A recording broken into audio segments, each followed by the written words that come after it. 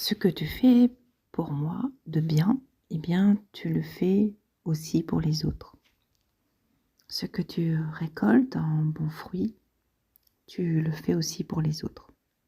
Le ciel et la terre sont à notre disposition à condition qu'on y mette notre bonté, notre fraternité. Tout ce que tu récoltes pour toi-même, tu peux aussi le donner aux autres. Fais en sorte que les autres le récoltent aussi pour eux. Ce n'est plus l'heure de l'égoïsme et de l'individualisme. C'est l'heure de la fraternité. C'est comme un souffle qui coule dans tes veines.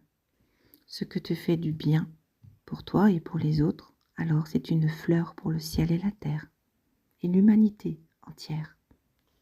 Il n'y a plus de place pour autre chose. Que veux-tu récolter? Un raisin avec des taches pas sucrées naturellement, qui portent des maladies, des gènes qui ne sont pas de lui, et qu'on ne sait pas la finalité de ces gènes, ce qu'il va donner. Un raisin pas si doré que ça, on met des produits chimiques, on ressavoure le vin, ou bien un raisin doré, aux fruits de tout un ensemble et de réflexions et de valeurs. Si tu fais des jolis rangs, tu empêches la moisissure de pousser, eh bien tu auras des rangs beaux, des raisins qui sont propres et beaux. Si tu entaches tes rangs de raisins, de vignes, si tu n'en prends pas soin, si tu ne prends pas soin de chaque rang de tes vignes, s'il y a un pied de vigne qui est pourri, alors peut-être les autres le seront aussi. Tu n'as pas de vin avec un seul pied de vigne, voire un seul rang de vigne. Non, tu deviens un vin, un domaine, parce que tu as plusieurs pieds de vigne. Ils sont tous traités de la même façon. C'est-à-dire, on en prend soin. On fait en sorte qu'il n'y ait pas de maladie ou de gènes ou de produits qui viennent complètement entamer la vigne. Sinon, c'est la perte du domaine, la perte du nom, la perte de la reconnaissance. Un seul pied, un seul rang suffit. Donc 2 ou 3 ou 4 rangs qui sont entachés, entamés, suffisent pour entamer tout le reste. On prend soin de toute la vigne ou pas du tout. C'est ensemble ou pas du tout. C'est tout le monde qui traite de la même façon, la vigne qui est traitée de la même façon, ou rien du tout. Nous avions sur la terre toute l'abondance, absolument tout. Alors nous nous sommes gavés quelque part, puisque nous avions tout. Nous n'avons pas essayé de savoir si en nous gavant, nous détruisions la terre et nous nuisions à nos voisins ou à côté ou ce qui était différent. Nous n'avons pas essayé de savoir si l'autre était bien traité, si la terre on en prenait soin. Le fait d'avoir été comme ça dans l'abondance, je ne parle pas que financière, évidemment, c'est-à-dire avoir toutes nos ressources. Parce qu'il y a toujours autant de ressources que nécessaire, il n'y a pas besoin d'aller dans l'espace. Est-ce qu'on était assez grand, assez mature, assez intelligent, assez bon, fraternel, avec des valeurs, avec de la réflexion, de l'aplomb, pour comprendre que nous ne pouvions pas tout prendre, qu'à un moment donné, il fallait que ça s'arrête. Il faut que ça s'arrête. On en a assez. Il y a assez de choses sur la terre. On n'a plus besoin de bâtir, de déconstruire pour bâtir. En plus, bâtir du lait, des choses qui sont horribles. À quoi ça sert? On se demande, donc on ne prend pas soin. On prend bien plus soin de la vigne que des gens qui la traitent. Or, on le sait, les gens qui ne sont pas bien traités transmettent dans ce que l'on mange les énergies. c'est la réplique, c'est du fractal. Donc quand on boit un vin de personnes qui ne sont pas bien traitées, il faut se dire qu'on boit du pas bien traité. Il y a toujours des causalités, des tenants et des aboutissants. Il n'y a pas de cause sans effet. Jamais, jamais, jamais. Alors, nous, les humains, on regarde avec nos yeux d'organes humains, terrestres, ce qui est normal pour la plupart. Donc, on ne voit que les conséquences factuelles. Mais dans l'énergie, dans le subtil, puisque nous savons tous, absolument tous, que nous sommes de l'énergie, puisque tout le monde maintenant a appris la physique, tout le monde a fait de la chimie et de la physique, et tout le monde a appris les atomes, les neutrons, protons, électrons, muons, etc. Tout le monde sait que tous les atomes, les molécules se tiennent entre des liaisons, Van der Waals ou autres liaisons doubles également. Donc tout le monde sait que nous ne tenons qu'avec des liaisons énergétiques et que nous ne sommes qu'énergie. Donc tout ce que l'on fait par notre conscience, par notre esprit et notre cœur, parce que notre cœur, on le sait maintenant aussi, est un organe électromagnétique. C'est un lieu, c'est même plus un organe, ça devient même un lieu. Par ailleurs, dans les, je ne vais pas dire religions, mais dans les pensées bouddhistes, asiatiques, orientales, ils connaissent très très bien ces points-là. Il y a des points énergétiques, ils les connaissent extrêmement bien. Donc quand on génère une énergie à travers ces méridiens ou à travers ces chakras, ou à travers tous ces centres énergétiques que nous sommes, que nous émettons et que nous recevons, forcément, il y a des impacts, il y a des causalités à tout cela. Donc c'est étrange que nous qui nous prétendons les Européens des êtres plus intelligents que les autres, ou surtout je dirais plus guerriers, parce que nous avons conquis des territoires non pas par la parole et l'intelligence, mais par les armes, donc la violence. Donc c'est l'inverse de l'intelligence.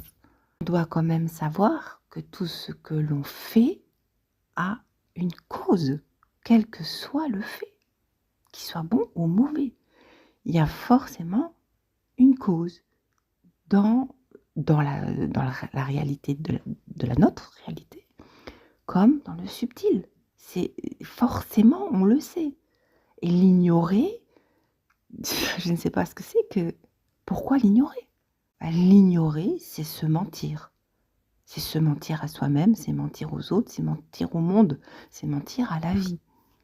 Les animaux sont bien plus sages que nous. Ils s'adaptent énormément à notre vie, bien plus que nous. On s'est adapté à eux. Nous, on est sauvages par rapport à eux. Les animaux et la terre, les végétaux et les minéraux sont bien plus intelligents et bien plus subtils que nous. Une montagne, elle va bouger avec le temps, mais c'est elle qui décide de bouger. C'est elle qui va décider avec son esprit de la montagne quand est-ce qu'elle va bouger, comment elle va bouger. Mais elle va bouger de façon infime, parce que l'espace-temps n'est pas le même. Nous ne sommes pas dans un temps linéaire comme chez nous, chez les humains. Quand on voit les rivières, les montagnes qui nous ravissent les yeux, c'est absolument magnifique. La nature est absolument ravissante. Elles sont bien plus puissants que nous, dans le subtil, bien plus énormes. Déjà parce qu'ils dégagent la puissance. Il suffit de les regarder. Ils dégagent la puissance et la grandeur. Et oui, ils dégagent la grandeur. La beauté également et l'harmonie, parce que quand on regarde la nature, c'est harmonieux. C'est pas quelque chose de disharmonieux comme nous on crée. La nature créée, telle qu'elle a été créée, moi je dis dans le divin, dans la création, parce qu'on n'a pas d'autres mots chez nous, elle est parfaite. C'est quelque chose d'absolument parfait, de coordonné. Ils sont bien plus intelligents que nous. Moi je dis, il vaut mieux être ami avec la terre, avec les animaux, avec les végétaux, les minéraux, l'eau. L'eau est notre amie. L'eau, elle a tellement de structures différentes. L'eau, nous, on la connaît sous forme de glace, sachant qu'il y a plusieurs formes de glace. dans l'univers. Il y a plusieurs formes de glace, comme il y a plusieurs atomes de carbone. Il y a la carbone 12, mais il y a le carbone 14. Il y a plusieurs atomes, il y a plusieurs isotopes. Donc il y a plusieurs formes dans la chimie, dans la matière. Il y a aussi l'eau structurée. Et on connaît rien de l'eau en fait. On connaît rien de l'eau parce que nous, on voit l'eau, cette belle eau fluide qui a des reflets, qui permet toutes sortes de reflets, qui permet de se mouvoir, de couler, qui a une certaine densité. J'adore l'eau. C'est un élément, pour moi, c'est un de mes éléments principaux, mais l'air aussi évidemment. Le soleil, j'adore le soleil. Et voilà, je suis en harmonie avec ces éléments. On ne sait rien de l'eau, on ne sait rien de l'architecture du monde, l'architecture de la création. On ne sait rien, nous ne savons que faire des supputations et se donner des airs de scientifiques, mais nous ne savons rien. Et c'est bien de savoir rien, c'est bien d'être dans le rien, dans juste être en fait, juste être, c'est-à-dire comment on pourrait dire ça? Célébrer la vie. C'est déjà énorme de célébrer la vie. Dire ouais, je me suis levée ce matin, ouais, chouette. Juste ça, je me suis levée, j'ai ouvert les yeux, je vis. J'incarne la vie. Moi, le petit être là, en chair, très fragile, qui a un coup de froid, tu meurs, un coup de chaud, tu meurs, une maladie, tu meurs, un coup de couteau, tu meurs. C'est d'une fragilité. Je ne comprends même pas qu'on n'ait pas eu conscience de ça, conscience qu'on est fragile, conscience qu'on est vulnérable, mais qu'ensemble, on n'est pas vulnérable. Ensemble, quand on se tient la main, quand on est soudé, quand on prend soin, comme on prend soin de la vigne. Donc tout le monde, il n'y a pas un rang qui manque, c'est tout le monde. Tout le monde traité avec les mêmes soins, les mêmes regards. Voilà, c'est de la fraternité, quoi. Ça serait normal. Le reste n'est pas normal. Ce que l'on vit pour moi aujourd'hui n'est pas normal. C'est hors norme. C'est pas de la normalité. C'est pas de l'humanité pour moi. Ce n'est pas, ouais, pour moi, voilà, c'est ça. C'est pas de l'humanité. L'humanité, c'est pas la définition que j'en ai de l'humanité. J'ai l'impression qu'on est dans un gros cargo. On est au milieu de la mer, on est enfermé dans un cargo. Et le cargo, il est là pour avoir des marchandises, des livraisons, dans des conditions terribles, parce qu'il y a des tempêtes, on ne peut pas manger ce qu'on veut, on ne peut pas cultiver, et on est exploité, méprisé, voilà. Moi, c'est comme ça que je vois les choses, on est dans un cargo, des fois j'avais dit on est dans un vaisseau. Des fois j'appelle ça des villes-vaisseaux, tellement c'est moche, des villes-vaisseaux, mais il y a des vaisseaux qui sont beaux, hein. Attention, mais il y a des vaisseaux, il faut pas y aller. Il y a des vaisseaux, c'est beau, il y a des vaisseaux, il faut pas y aller. Un cargo, c'est pas un vaisseau, il faut y aller. Voilà, c'est pas beau. Il y a rien de joli, il y a aucune recherche de beauté et d'harmonie. Bon, voilà, nous on est dans des gros cargos.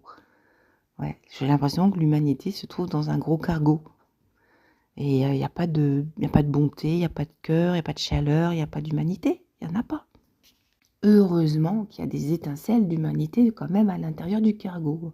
Des petites choses qui se sont greffées au-dessus, à côté, j'en sais rien, dedans, qui se sont créées pour pouvoir faire des étincelles de lumière et de vie, de la réorganisation, pour redonner de la fraternité et du sens, du vrai sens à la vie. Parce que là, il n'y a aucun sens à la vie. C'est pas vivre pour moi ce qu'on vit. Il y a des injustices partout, des lois qui servent à rien, des lois qui arrangent certains mais qui en dérangent d'autres. Et puis moi ce que je comprends pas, c'est des personnes qui fondent ces lois-là et qui les font appliquer. C'est étrange quand même. Comment ça se fait que dans leur tête, que dans leur cœur, ça les dérange pas? J'arrive pas à comprendre moi. Comment ça se fait qu'on n'est pas aligné avec nous-mêmes et avec la beauté de la vie, avec la déesse vie? C'est étrange, moi, je trouve. C'est vraiment, je me pose beaucoup de questions, hein. Pour moi, il n'y a qu'une seule loi, c'est la loi universelle de Dieu. C'est les lois, je ne parle pas de la Bible, attention, ça n'a rien à voir. Je ne parle pas de religion, de dogme, de choses comme ça.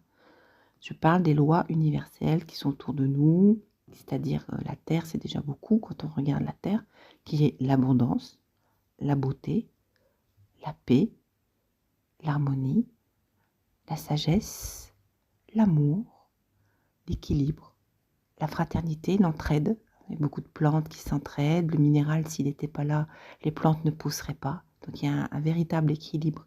Moi, je ne veux être régie que par cela. D'ailleurs, c'est même pas une volonté, c'est que je suis régie dans mon moi profond, dans mon moi. Je suis régie par ces lois-là et par rien d'autre. Je ne ferai pas quelque chose qui va à l'encontre de mes valeurs. Non. Je préfère mourir plutôt que de me donner en chair à pâté ou en prostitution. Voilà, je préfère mourir. Telle est ma droiture et telle est mes valeurs en fait. Je n'irai pas me salir au nom de quelque chose d'autre qui est la vie. La vie est primordiale. La lumière, ma dignité humaine est primordiale. Donc je ne me sacrifierai jamais au nom de quelque chose d'autre que la lumière, que la pureté.